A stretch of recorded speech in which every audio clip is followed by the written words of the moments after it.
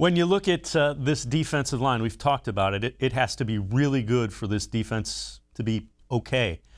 How big of an advantage do they have against what's a little bit of a banged up Washington offensive line that isn't really elite to begin with?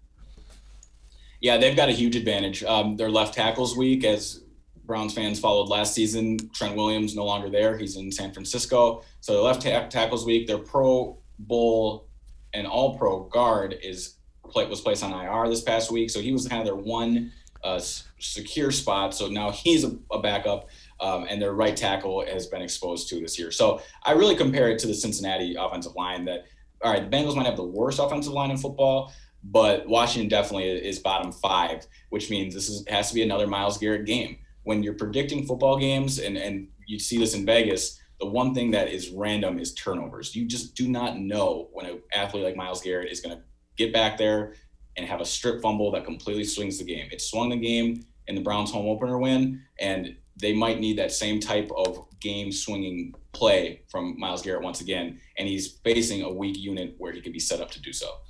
Fair to say that defensive line has to dominate the line of scrimmage when Washington has the ball for the Browns to do what they want to do?